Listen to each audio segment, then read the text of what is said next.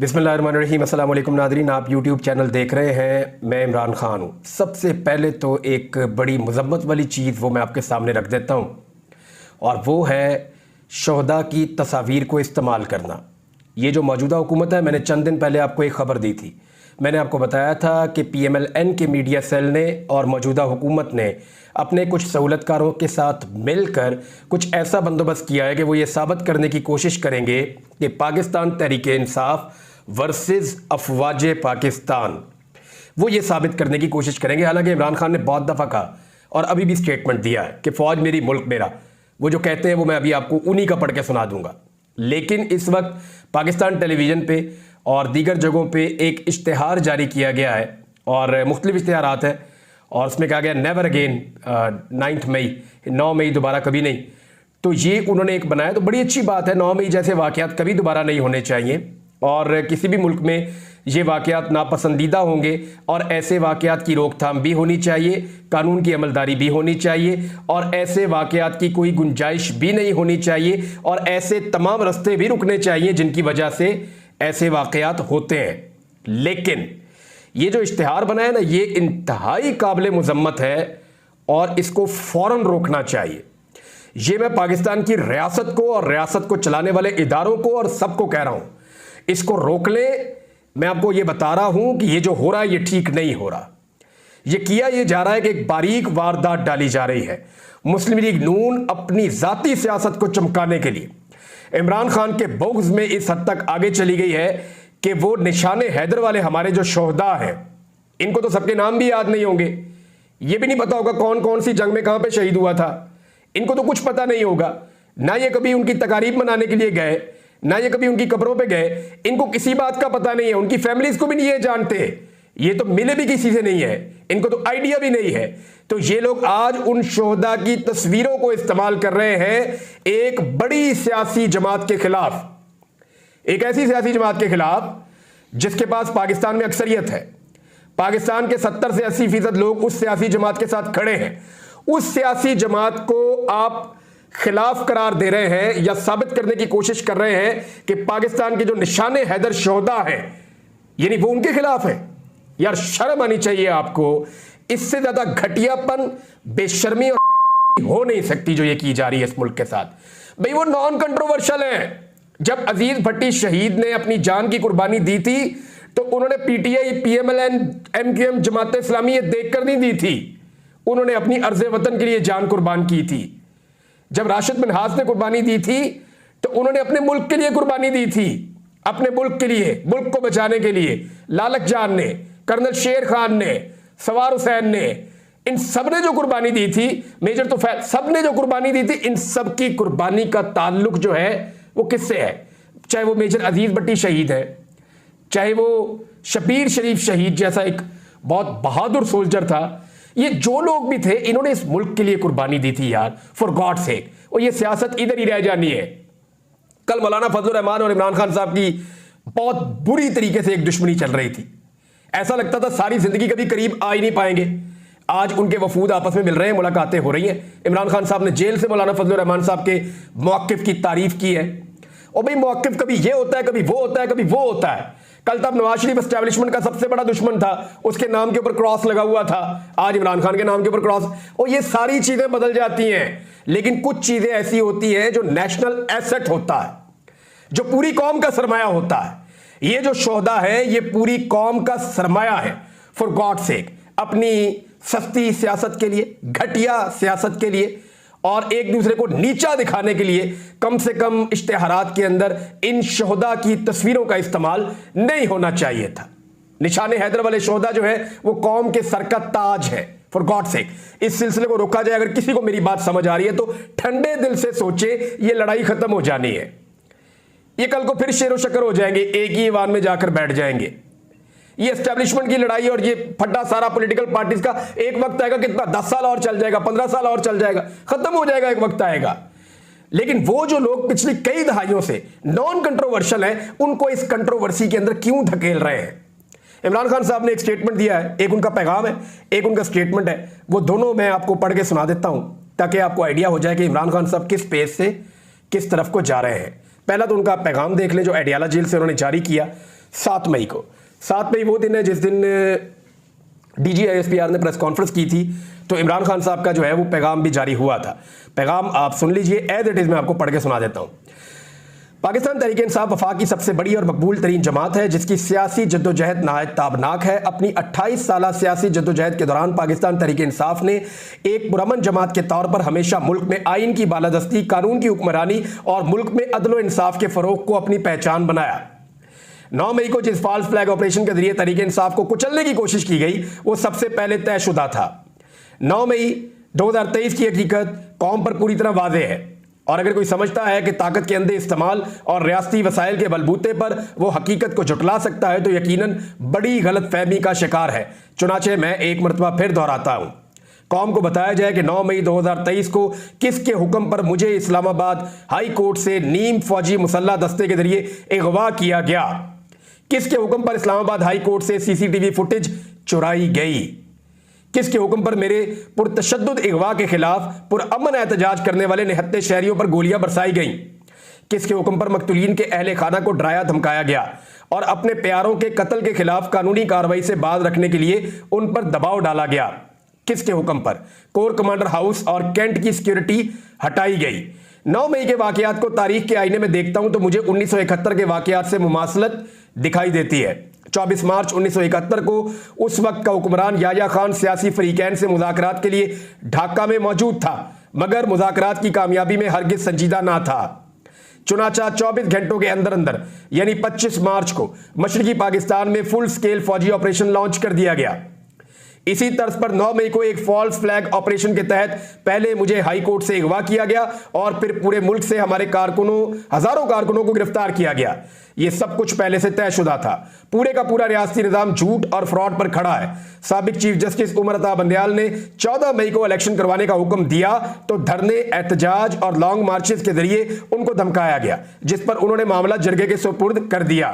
जिरगे में यह बात वादे तौर पर बयान की गई कि नवाज शरीफ तब तक वापस नहीं आएगा जब तक कादी फाइज ईसा चीफ जस्टिस नहीं बनता। निगरान वजीर आजम काकड़ ने हुकूमती जमात के एक रुकन को फॉर्म 47 का ताना देकर न सिर्फ सारे राज का पर्दा चाक कर दिया बल्कि हमारे मौकिफ को भी दुरुस्त साबित किया है। इससे पहले इस्लामाबाद हाई कोर्ट के 6 जजेस के खत और कमिश्नर रावलपिंडी के एतराफी बयान ने सारी हकीकत कौम के सामने खोल कर रख दी है।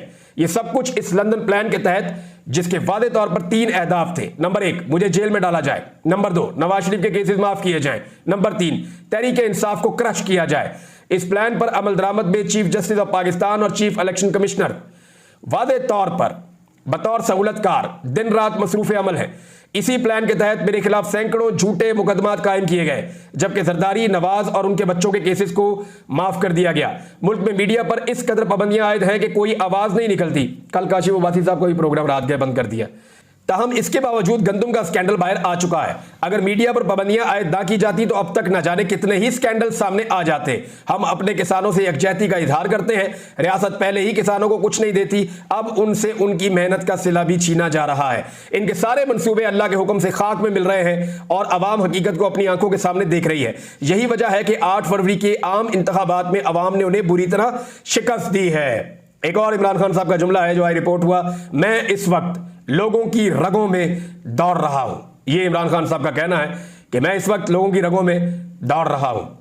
और एक और, 2014 के धरने की इंक्वायरी के लिए मैं तैयार हूं। इमरान खान साहब से सहाफी मिले।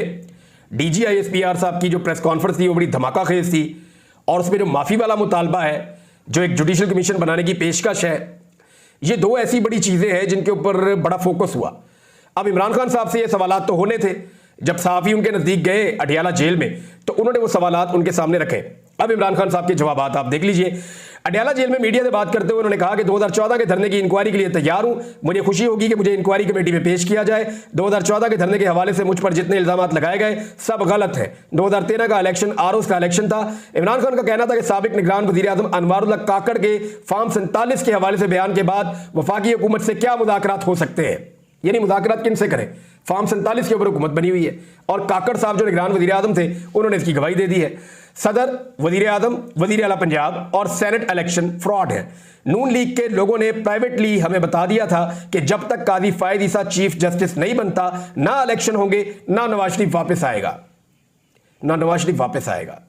मैं आपको ये पहले बता चुका हूँ। और काजी फ़ाइज़ ईसा साहब की अदालत में जिस दिन मैं पेश होऊंगा उस दिन मैं एक बहुत बड़ी हकीकत से पर्दा उठाऊंगा और वहाँ मैं बताऊंगा कि काजी फ़ाइज़ ईसा साहब एक्चुअली क्या है और उनके बारे में क्या इन्फॉर्मेशन मेरे पास है।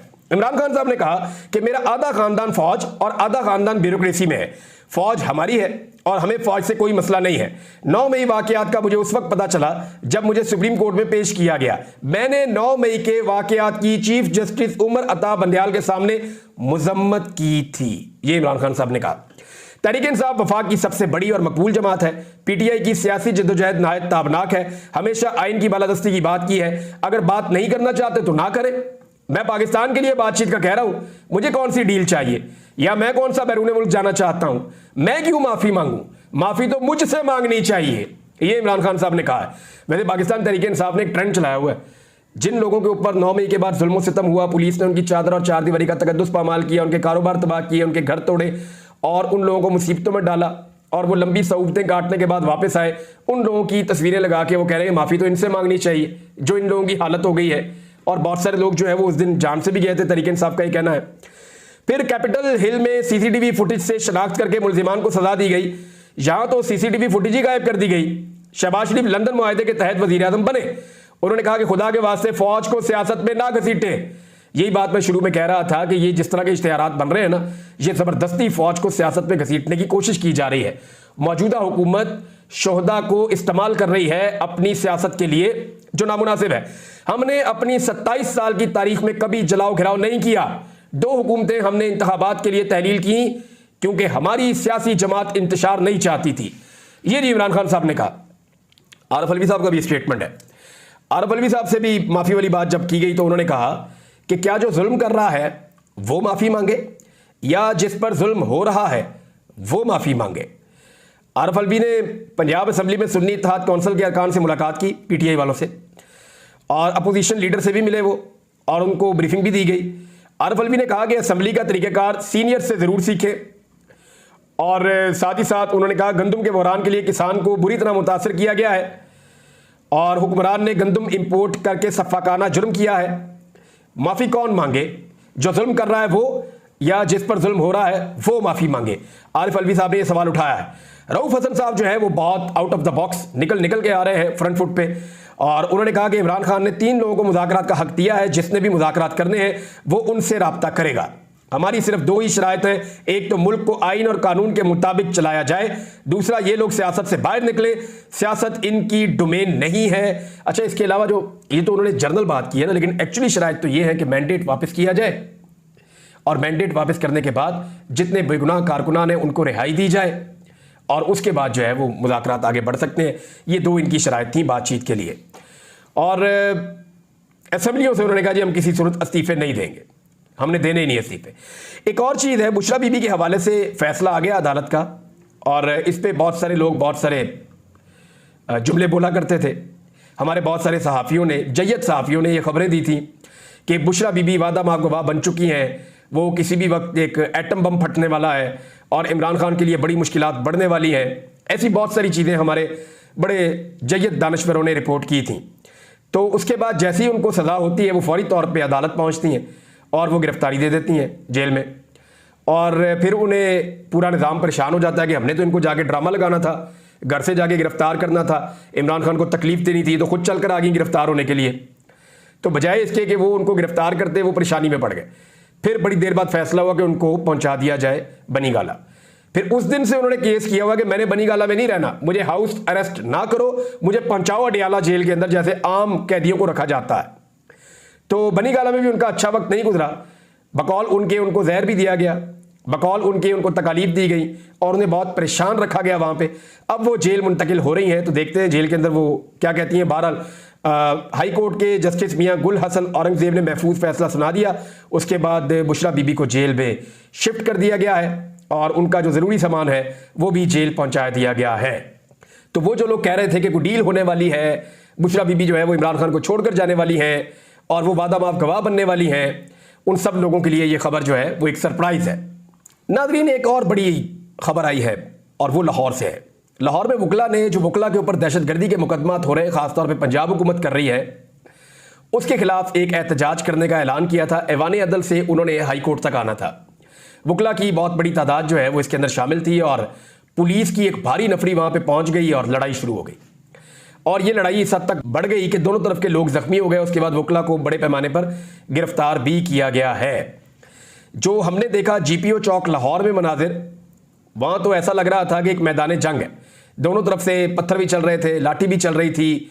पुलिस ने बड़े पैमाने पर आंसू गैस का इस्तेमाल किया वकला के खिलाफ और पुलिस ने लाठी चार्ज किया, वाटर कैनन का इस्तेमाल किया और वकला जो है उनकी कईयों की हालत गैर हो गई, कई जख्मी हो गए, कुछ गिरफ्तार हो गए। तो ये वो वकला हैं जिनमें से इनके अंदर शामिल थे वो वकला भी जो PMLN के करीबी वकला है, या एहसन भून साहब हैं या आजम नज़ीर तारड़ साहब हैं। ये उनके ग्रुप से ताल्लुक़ रखने वाले वकला की एक बड़ी तादाद इसके अंदर शामिल थी। यानी वकील भी अपने, एहतजाज के अंदर रहनुमा भी अपने, डंडे भी अपने, पुलिस भी अपनी, आंसू गैस भी अपनी और फैंटी भी लगा दी। तो ये है जनाब PMLN की कारकर्दगी। और वो वकला जिन्होंने PMLN का या PDM का साथ दिया इस सारे जुल्म के अंदर, इस सारी फस्तायत के अंदर, इस सारे जबर के माहौल में। हालांकि वकला हमेशा जुल्म और जबर के खिलाफ खड़े होते हैं, लेकिन जिन चंद वकला ने साथ दिया उन्हें अब पशेमानी तो होगी, परेशानी तो होगी। अब देखना यह है कि ये मौजूदा हुकूमत इन वकला को खरीद पाएगी या ये वकला कायम रहेंगे अपने एहतजाज के ऊपर, क्योंकि वकला ने ऐलान किया है कि वो कल फिर एक बड़ा एहतजाज करने जा रहे हैं। नाज़रीन, एक बड़ी खबर मैं आपको 9 मई के हवाले से दे दूं जाते जाते, और ये पक्की खबर आपको दे रहा हूं क्योंकि मैंने लाहौर शहर में बड़ा लंबा अरसा रिपोर्टिंग की है। कुछ ग्रुप्स हैं, उनको तैयार किया गया है और ये ग्रुप सियासी बिल्कुल नहीं है। ये ग्रुप सियासी बिल्कुल नहीं है, इनकी शोहरत भी अच्छी नहीं है और मुख्तलिफ लोगों के साथ इनको इकट्ठा किया गया है। और लाहौर में एक छोटा सा ग्रुप है जो बड़ा सरगर्म है इस सारी एक्टिविटी को करने के लिए, और उन्होंने पाकिस्तान तहरीक इंसाफ के एहतजाज के मुकाबले में ऐसे लोगों का जत्था इकट्ठा किया है जो तसादुम क्रिएट करने की कोशिश करेंगे। मैं खबरदार कर रहा हूं और खबर दे रहा हूं, और ये पक्की खबर दे रहा हूं। मुझे 2 लोगों ने ये इतला दी है और फिर मैंने इसको रीचेक भी किया है कि जो लोग एक्टिवेट हुए हैं उनका सियासत से कोई ताल्लुक नहीं है, वो क्रिमिनल टाइप के लोग हैं और उनको किसी ने मुतहर्रिक किया है। और वो मुतहर्रिक होने के बाद अब पाकिस्तान तहरीक इंसाफ के जुलूस के मुकाबले में अपनी ताकत लेकर आएंगे और किसी जगह पे भी कोई तसादुम कर सकते हैं। रियासत को ऐसे हर तसादुम से बचना चाहिए। ये सियासी मकासद के लिए पाकिस्तान को आग लगा देगी PMLN और इनकी हुकूमत।